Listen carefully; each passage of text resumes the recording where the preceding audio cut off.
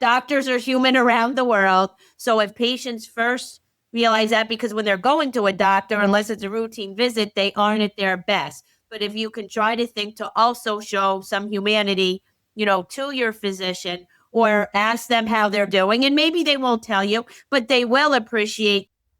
Welcome to the Physicians and Properties Podcast, the show where we teach you how investing in real estate can give you the freedom to practice medicine and live life how you want. Doctor. Now, here's your host, Dr. 𝐓𝐢𝐦𝐞𝐬𝐿. But who is taking care of them? Behind the white coat are real people who are carrying grief, pressure, impossible expectations, administrative burdens, moral injury, and the emotional weight of caring for patients during some of the hardest moments of their lives. Today, we are talking about why doctors need to feel heard, valued, supported, and protected, and why improving physician well-being is essential not only for doctors, but also for their patients and the future of healthcare. Welcome back to the Physicians and Properties Podcast, the show where we teach you how investing in real estate and entrepreneurship can give you the freedom to practice medicine and live life how you want. I'm your host, Dr. 𝐓𝐢𝐦𝐞𝐬𝐿, and today we are expanding that conversation beyond money and real estate to talk about what physicians need in order to remain whole while doing incredibly demanding work. I'm joined today by Kim Downey. She's a physical therapist, 3-time cancer survivor, author, speaker, and a passionate advocate for physician well-being. Kim is the founder of Stand Up for Doctors, which is a platform dedicated to amplifying physician voices, bringing greater awareness to the human challenge of practicing medicine, and helping create a healthcare culture in which doctors feel supported and valued. She also serves as an ambassador for organizations working to improve the well-being of healthcare professionals. She's curated 2 collaborative books sharing the emotional and deeply human stories of physicians. And I'm so glad to have her here today. Kim, welcome to the Physicians and Properties Podcast. Thank you so much for all you do for physicians, and thank you for being here. Thank you, Alex. I really appreciate the opportunity. Absolutely. Well, Kim, I know you're not a physician, but you have become one of the most passionate advocates for doctors. Do you mind sharing how that mission began for you?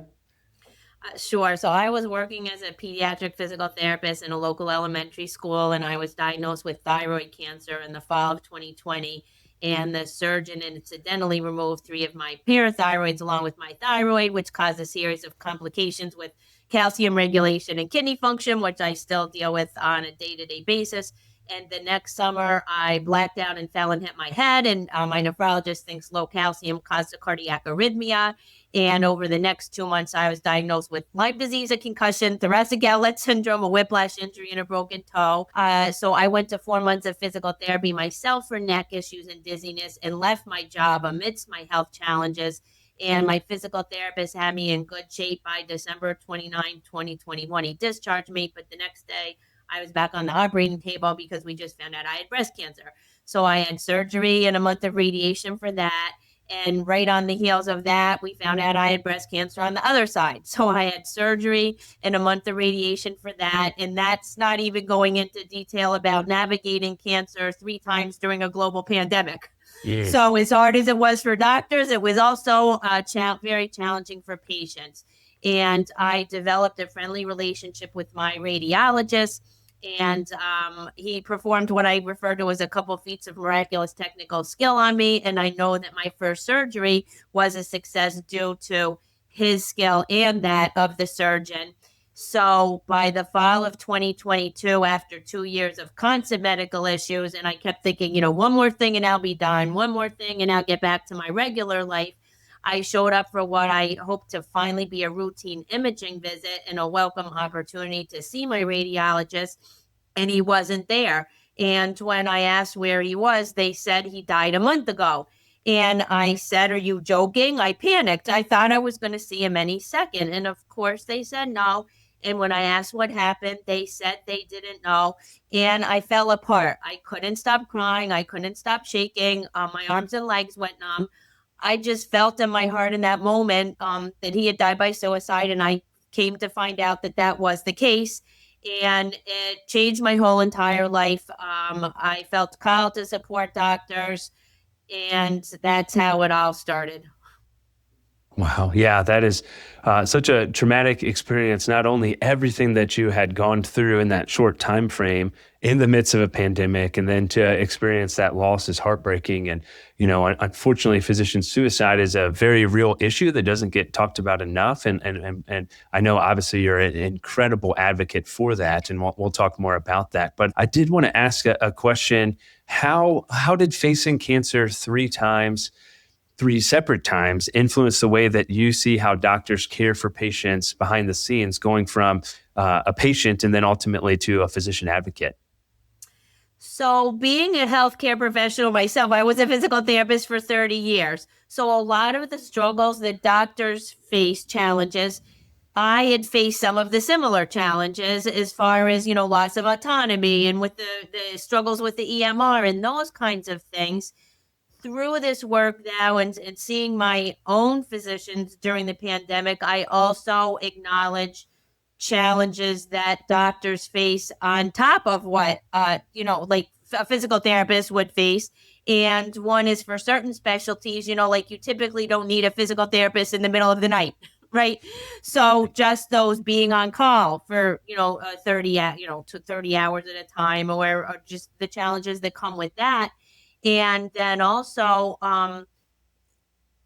what happened is when doctors would have to separate themselves from their family during the pandemic. Like I had a critical care pulmonologist on my podcast, and he shared how for months he lived in his basement. He didn't want to expose his family. So his wife would leave him a plate of food at the top of the stairs.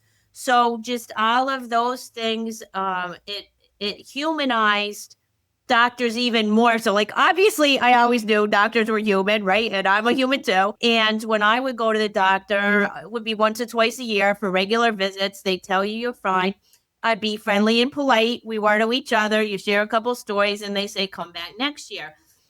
But through all this, I've had both wonderful and not so great experiences with doctors. I've seen 46, if you count all the radiologists and anesthesiologists.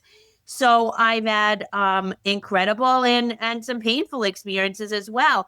So just the doctors that were really there and were so present, it just made all the difference and filled my heart. And sometimes now, knowing all that I do and being so involved in these spaces, I almost wonder how they can do it.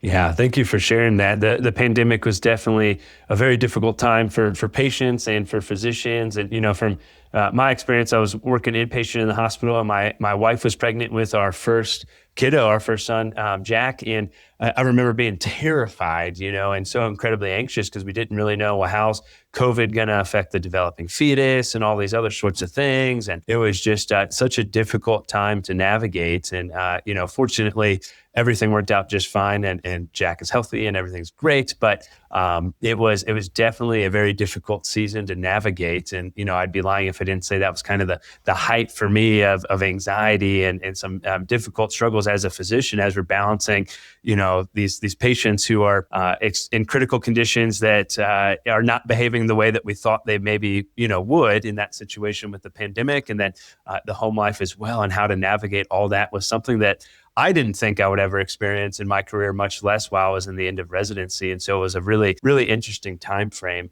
certainly from that perspective. But I really, really appreciate you sharing that. And I think that it goes to show as well, going the extra mile as a physician to establish that personal connection and build that relationship and get to know your patient can also really go the extra mile as well. And it sounds like you had some physicians who are pretty good at that and some who were not. And that is unfortunately how it goes sometimes. Kim, did you notice kind of the emotional burden that physicians carry in hindsight after experiencing the loss of your radiologist to suicide? Did you notice more of the emotional burden as you were going, or was that more of the eye-opener experience for you? Well, I had been following Kevin MD for a year or 6 months before this happened. So that's when I had read every article, and I didn't know why. I was trying to educate myself, but it was after my first breast cancer surgery when I realized, the success was to my radiologist and my surgeon, and I knew how challenging things were. So I wrote them thank you notes. And then I wrote thank you notes to all my doctors. And I realized I wanted to find a way to support them. So I tried to make an inroads in my local healthcare system. And I found Dr. Michael Hirsch, and then I found Kevin MD, I think because of the algorithm. At the time it was on Facebook. So when I was reading the stories about emotional burden and also the statistics about 300 to 400 doctors a year die by suicide, and they may be outdated statistics, right? And then also sometimes people don't share it, or sometimes it's not known. There can be, many factors that come into play even with those statistics. So I knew also that there was like 1 million physicians in the country. So I was thinking in my head, okay, 1 million physicians in the country, 300 to 400 years die by suicide. That's horrible. We have to change it. But I was still like, I think that my doctors are okay. I hope my doctors are okay. And I had changed a few out for poor experiences, but I finally felt like I had a baseball team, like 9 doctors, right? That I loved them, and I would do anything for them, and I wanted to support them, and I thought they were okay, and I hoped they were okay. But then that's why when I showed up that day, it's kind of like most of the times your worst nightmare doesn't come true, but sometimes it does. So the fact that I already was walking around thinking about my doctor. So as far as that emotional burden, I was aware of those things, and I was thinking and hoping they were okay, and they were so wonderful with me. So then to find that out, it really was a nightmare. Yeah, absolutely. And, I think, and you mentioned this as well, that physicians we're oftentimes treated almost as superhuman, and we're expected to remain calm and knowledgeable and productive and compassionate and available regardless of what may be happening in our own lives.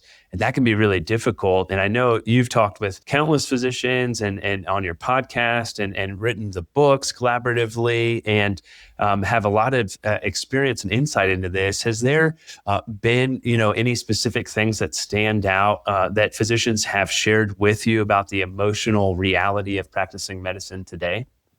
Yes, well, some things that I say now is I've come to understand that the culture of medicine needs to change, and it needs to start in med school, right? Because during med school and residency, when you're taught, the patient always comes first. So it's like, while you're performing a surgery or while you're running a code, yes, that's true. But it's just the emotional burden of, being in room to room, or being with a patient and things don't go well, or they might even die, and then having to go to the next room, that yes, you do need to compartmentalize in that moment or during the workday.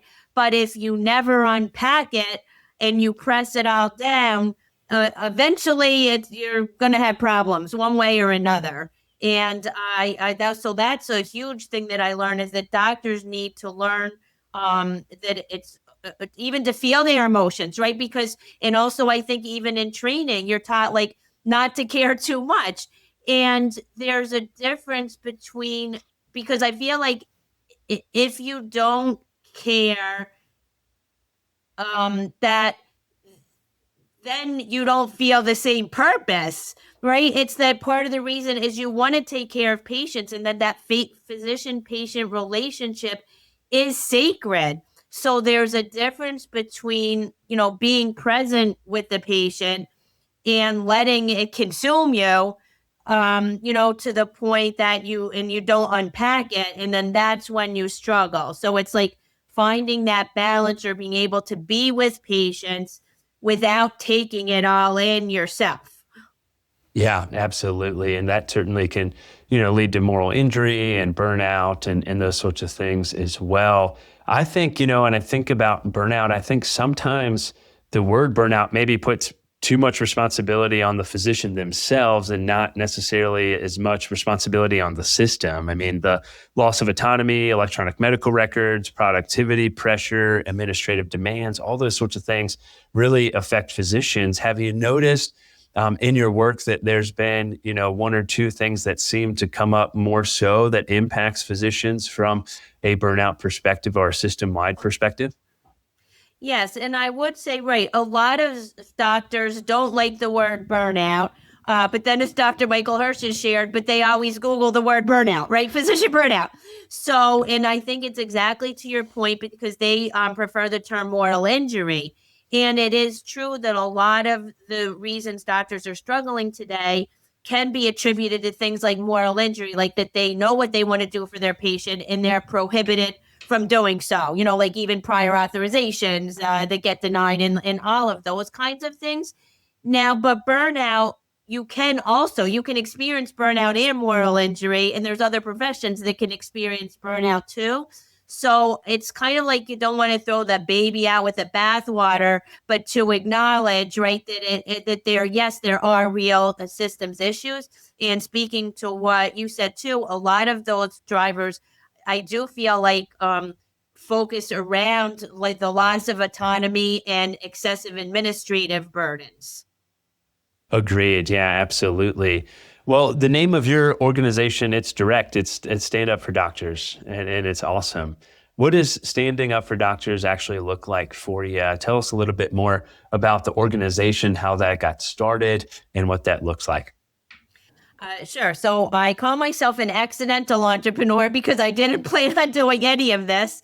But Dr. Michael H actually connected me on LinkedIn in the spring of 2023. And I started talking to doctors thinking that they could help me find ways to help my own doctors. And they were saying that they thought I was meant to make a bigger impact or that I could make a bigger impact outside the system.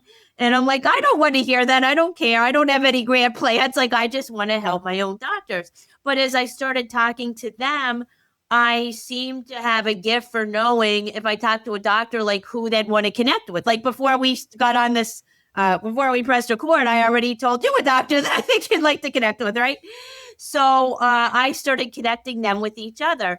So then by the fall, I was like, well, we need to amplify these voices. And that's when I started my podcast. And I came up with the name Stand Up for Doctors, and four is in parentheses, because when I'm interviewing physicians, I'm saying, stand up, doctors. We need you to raise your voice. We need to hear your stories. Every time a doctor shares their story, another doctor feels less alone. And when I'm interviewing others, I'm sending the message to why we need to stand up for doctors. So that's how the podcast started. And then the following summer, I started also a Substack newsletter, Stand Up for Doctors. And that's because I was sending my own doctors a monthly update on my advocacy efforts so they know that they had a patient who was really trying to help them. So I thought more people could hear about those efforts. And then a year ago, January, we reached out to the first 15 doctors who were guests on my YouTube channel. And that's when we came up with our book, White Coats, Courageous Hearts, True Stories of Doctors Reclaiming Their Humanity in a System That Challenges It. And my first Kevin MD article is a tribute to my radiologist. And since then, I've collaborated with several dozen physicians and others on Kevin MD articles. And I was honored that he wrote the endorsement on the back of our book. And then there's so many more stories to tell. We more recently came out with our second book, which is White Coats, Human Hearts, True Stories of Healing, Belonging, and the Courage to Stay Human in Medicine. And this one features the voices of 11 physicians, 2 physician spouses, and 2 patients, because all perspectives are important. And the other thing that's part of Stand Up for Doctors now is our physician retreat we're planning for this fall. That is awesome. Yeah, well, it's so cool to see how conversations and relationships can just completely change the trajectory of your life. And Dr. Michael H and I know each other quite well, and he's an incredible individual. He's standing up for doctors. He's doing amazing things, and so it's so cool to see how those relationships can be so impactful. I wanted to ask you, Kim, why do you feel like physicians maybe sometimes struggle with being willing to share their story? There's a lot of reasons for that. And it feels like, again, it goes back to the culture of medicine where doctors are actually told in their training, put your head down and just keep going. And you're also trained, or you feel like you have to be perfect because patients' lives are at stake. but no one is perfect, right? So it's things like those perfectionism. And then also through your training, hopefully if you have a good training, because some doctors don't, they have horrific experiences in some residencies, but sometimes you do have those bond with fellow residents. But once you're kind of quote unquote like dumped into a attending HUD, then you can feel very alone. So, and lose that sense of community.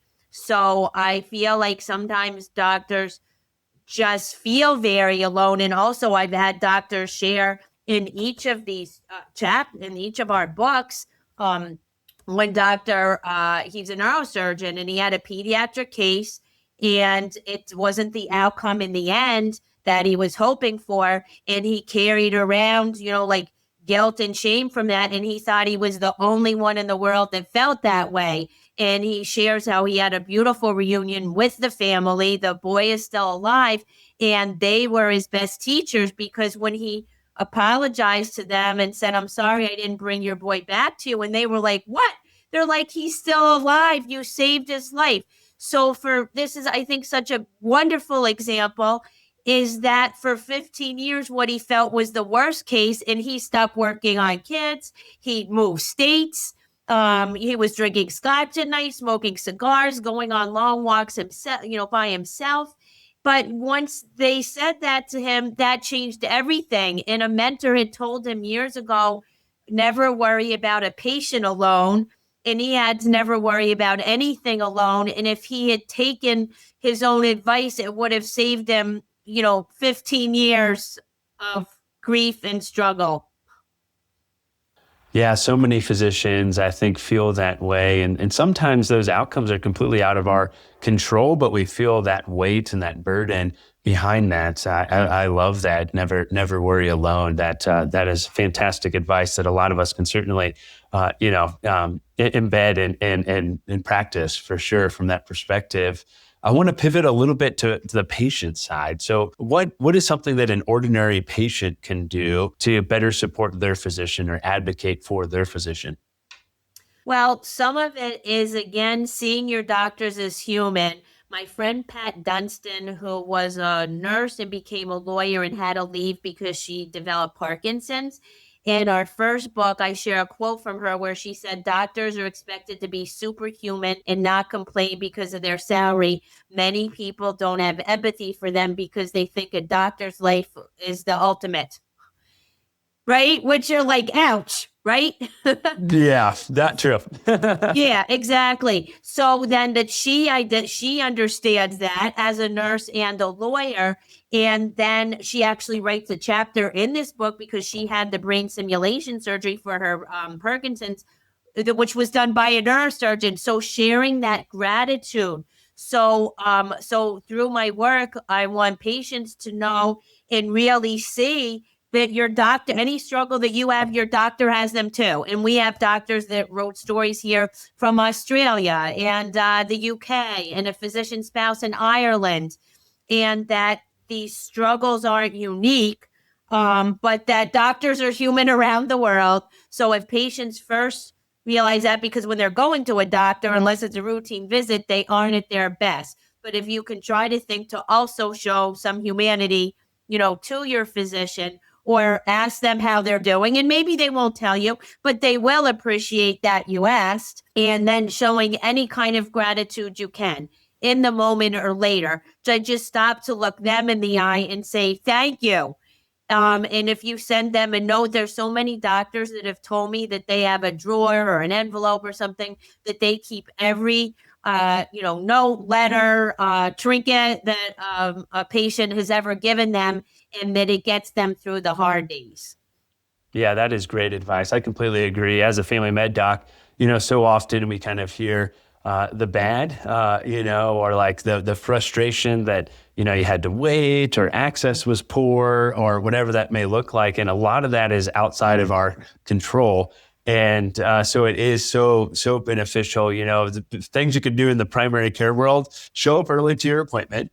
That's going to be huge. Show up early to your appointment, fill out all the paperwork that we make you fill out ahead of time. And we're sorry that that's the case, but that's how the system is.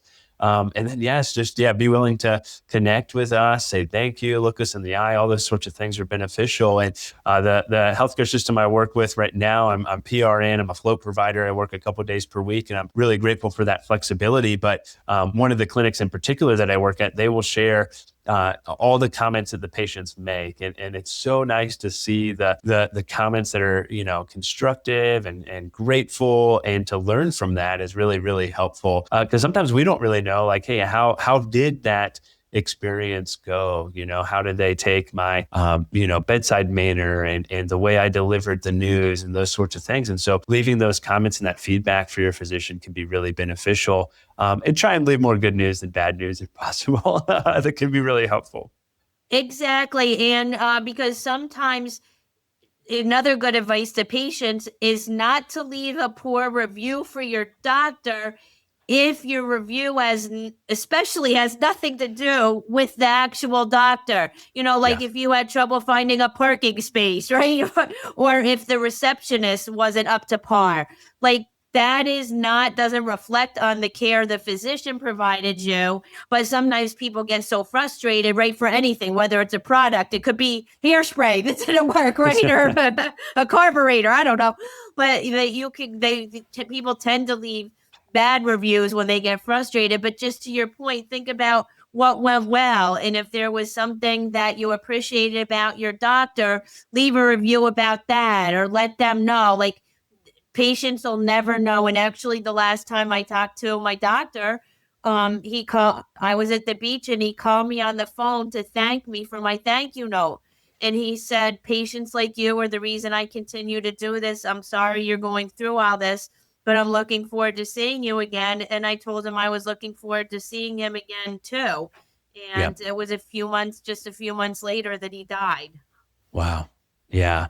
Wow. Yeah. That makes such a difference for physicians and for patients too. I mean, that gratitude is reciprocated as well. And, it's a difficult thing to express sometimes, especially if you are frustrated, by the front desk or the lab or the parking or whatever that may be. But thank you for sharing that. I wanted to kind of connect this more with physicians and properties. So I don't teach physicians to build wealth simply because they need to accumulate more money. I want doctors to have enough financial freedom that they can practice medicine on their own terms and how they want. Have you noticed that physicians feel financially or professionally trapped, and that's been really affecting their physician well-being? Anything that's come across from that perspective of maybe like the golden handcuffs, or as I like to say, the golden stethoscope?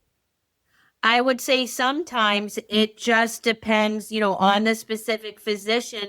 But sadly, I believe that is the reason that some med students or even residents die by suicide, because they've decided even early on that they have too much anxiety or depression, or that medicine isn't for them. But when they've already spent, or their family has spent all that money to put them through med school or to put them through residency. So if they already have hundreds of thousands of dollars in debt, and they don't see a way out, and they don't see a way forward. Yeah, I agree. And I think that debt burden is massive, and it's only increasing.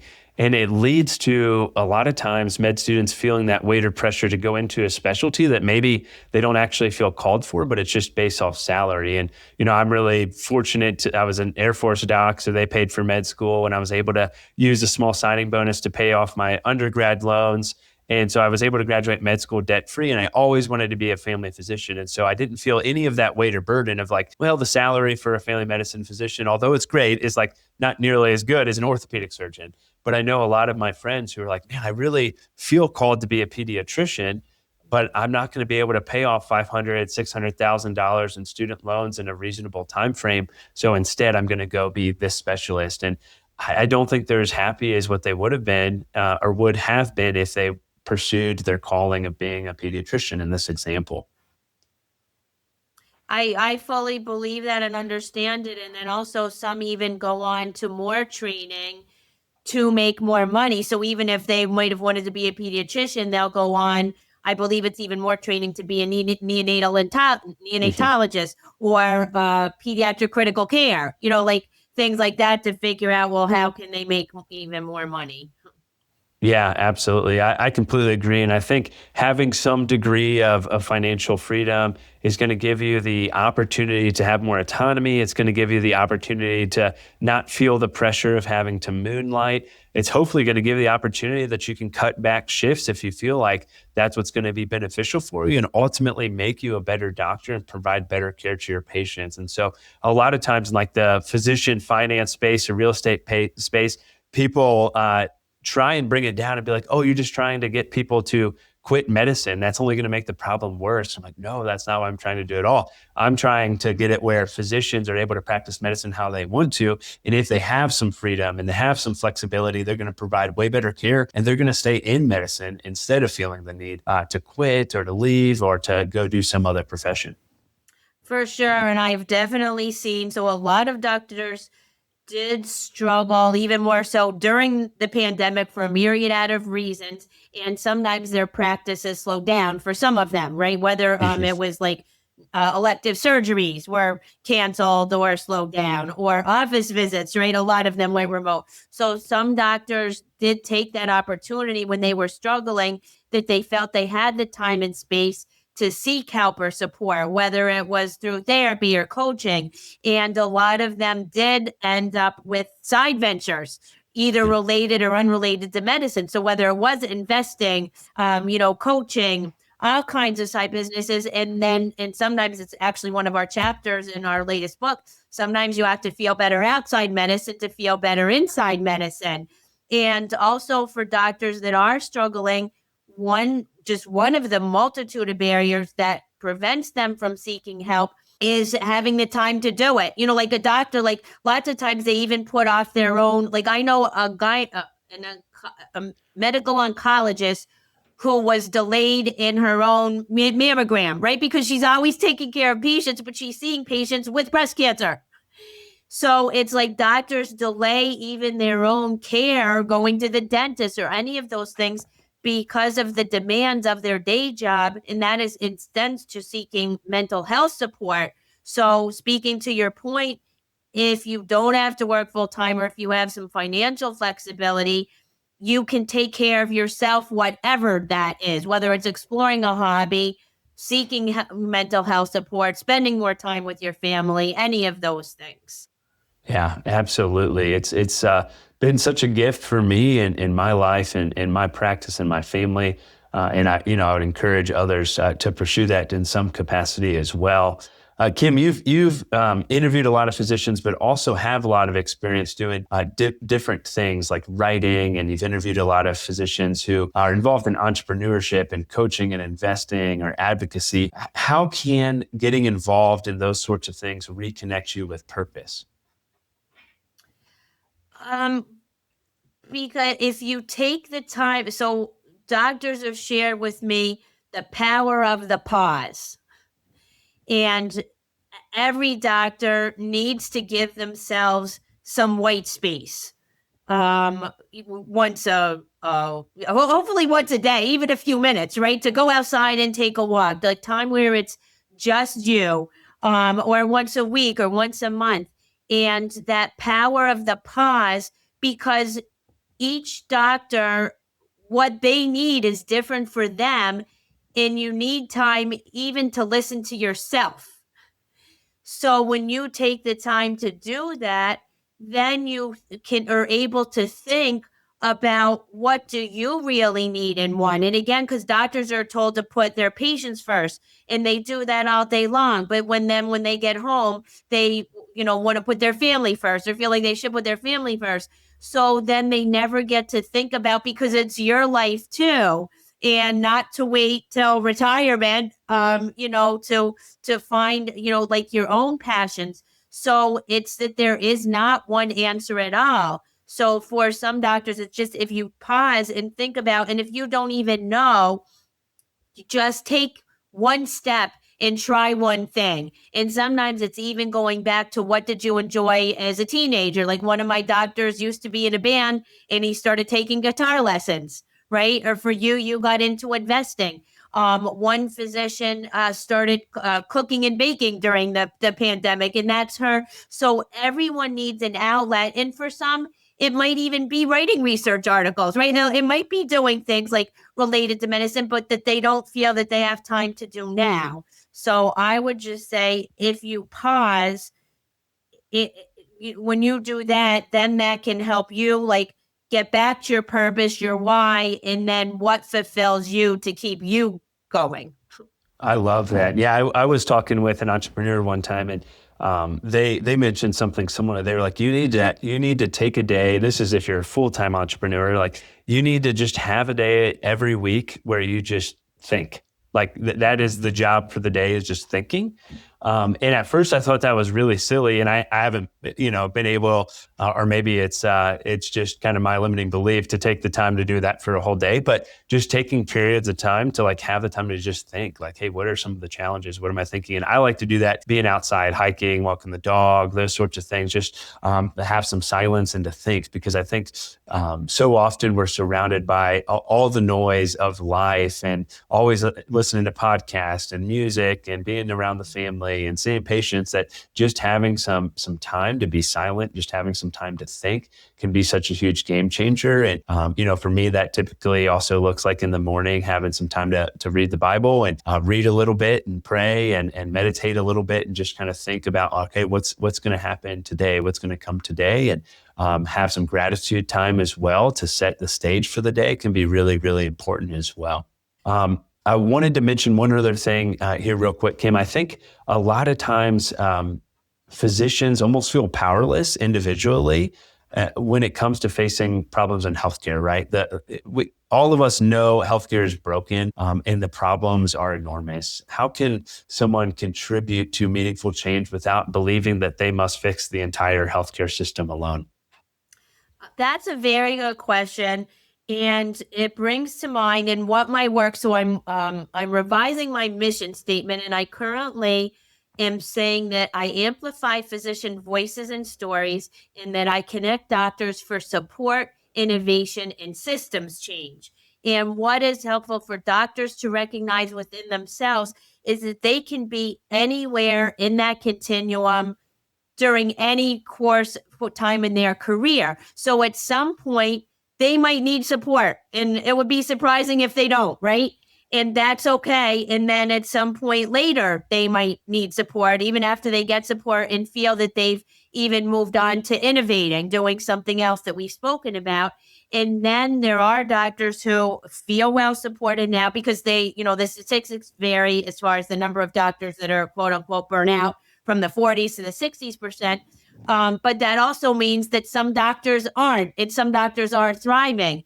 And we need to find out and amplify, how are those physicians thriving? What are they doing? And some of it is things such as yourself. So it's what is the most important for you. So to first acknowledge that, do you need support? And if you need support, there's so many resources, which again, we could put in the notes, including the Dr. Lorna Breen Heroes Foundation, for which I'm an ambassador. If you're looking to innovate, I know lots of doctors doing that. I could, connect you with them. And if you're looking towards systems change, I'm also involved with Medicine Forward, and we're working on restoring the clinician-patient relationship. And Dr. Todd Otten and Dr. Marion Wilbur did that documentary, Suck It Up Buttercup, on systems change. I'm collaborating with Dr. Apurv Gupta with a Loving Organization. So there are also organizations out there that are looking at systems change. It would be helpful for doctors to know that. And if you connect with them, even to follow them, then you can see, well, what little thing could you do? And it might just be telling other people about those organizations that are out there. Yeah, absolutely. Thanks for those resources. That was fantastic and really helpful to know that those organizations exist and how to get involved with them, and even just following them gives them the support that they need, and that can be really helpful as well. Well, Kim, I want to talk a little bit about your inaugural Stand Up for Doctors Physician Retreat that's coming up. So tell us more about that. Who's that designed for? What's that going to look like? I would love to tell you. So thank you for asking. So I'll be turning 60 October 1st of this year. And I wanted to celebrate doctors keeping me alive because I shared with my nephrologist, it's not lost on me. If you got fed up and went to live on an organic farm or opened a pizza place and no one replaced you, I have no thyroid or working parathyroids, I would literally die. So I'm dependent on doctors to keep me alive. So I better be grateful. And I wanted to share my gratitude to doctors. So this retreat was designed by and for physicians. I have a physician team, and it's going to be a wonderful weekend of everything from improv for doctors, because, as you're trained, not to make mistakes, but in improv, there are no mistakes, or mistakes are fun. So from sharing just those fun icebreakers, but that also even helps like communication and just to relax and have fun and be silly. And through the weekend, we'll have topics and activities, and there's no boring lectures. So the topics, each doctor will speak for 10 to 15 minutes on a topic of interest to their colleagues, but then we'll break out in discussion groups. So the whole weekend is focused on doctors being able to have any kind of conversations they want with their colleagues. And that's why I also have an extended time at lunch and before dinner and during our evening activities. And then we're also interspersing those topics with activities that bring you into your body, and that doctors have shared with me have made all the difference for them. So if it's anything from music, we have a drumming circle. And we have Dr. Beatrice Olson, who is also a professional artist. She's going to lead a session of abstract art. And all of these things, we have CME approval and funding for every topic and activity. And Sunday morning will be fantastic. The doctors there will raise their hand about what they want to talk about, and then we'll break out into as many groups. So if doctors there want to talk about investing, we'll talk about investing. If they want to talk about systems change, there's a group that can talk about that. If they want to talk about innovating, if they need support. And I don't know what those topics will be, because the doctors there on Sunday morning will decide that. And we're a whole hour and a half for that. So, and I feel like it won't be the beginning or the end. It'll be the middle, because we'll have a couple like fireside chats ahead. Anyone that wants to hop on so they can meet. Some doctors already know each other, some don't. So we could do like an online meet and greet and then continue the conversation while we're there. And then when the doctors go back home, they'll have a community, like they're coming for that community and for that connection. And we have doctors coming from Australia, a doctor from Australia, a doctor from the UK. Here in the States, 18 different states are represented, 15 specialties, men, women, different ages from like late 30s to 70s, and some even retired doctors. That's amazing. Yeah, well, I think connection, relationships, it's so important in community. And so it's amazing to see that you're building that as well. I don't know when you sleep, Kim. You're doing so many awesome things. And thank you so much for your advocacy. Thank you for reminding us that doctors are not machines or productivity metrics or just names on a schedule, that we're human and we do difficult work. And thank you for supporting us. That really leads to better care for everyone. Before we finish, where can listeners learn more about Stand Up for Doctors? Where can they purchase the White Coat book series? Where can they register for the physician retreat? Well, thank you. So those things can be found on my website, standupfordoctors.org. And there's two wonderful tabs. There's a books tab where you can see pictures of both books. You can see the authors and contact information for every author. And also you can purchase them. They're available Amazon, paperback, and Kindle.